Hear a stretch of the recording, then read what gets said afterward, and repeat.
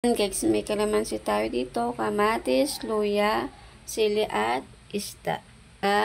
Papanga tayo ng isda.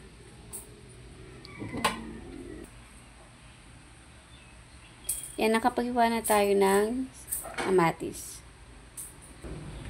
Yan, nilagay na natin sa kawali.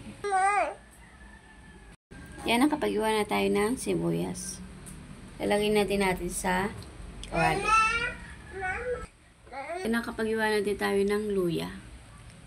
Yan, lalagay na natin yung isdang sapsap. Pangat.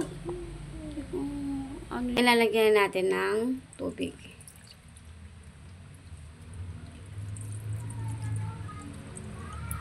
Lalagyan din natin ng asin. Lalagyan din natin ng paminta.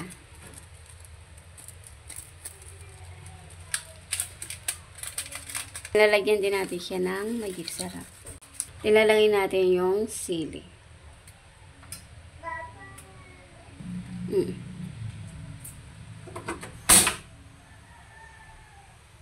Yan guys, maghiwa tayo ng kalamansi.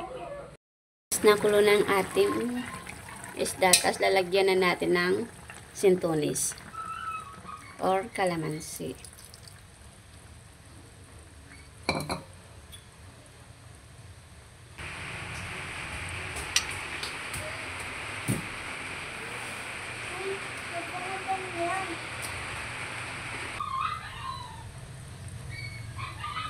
Then tatakpan natin ulit.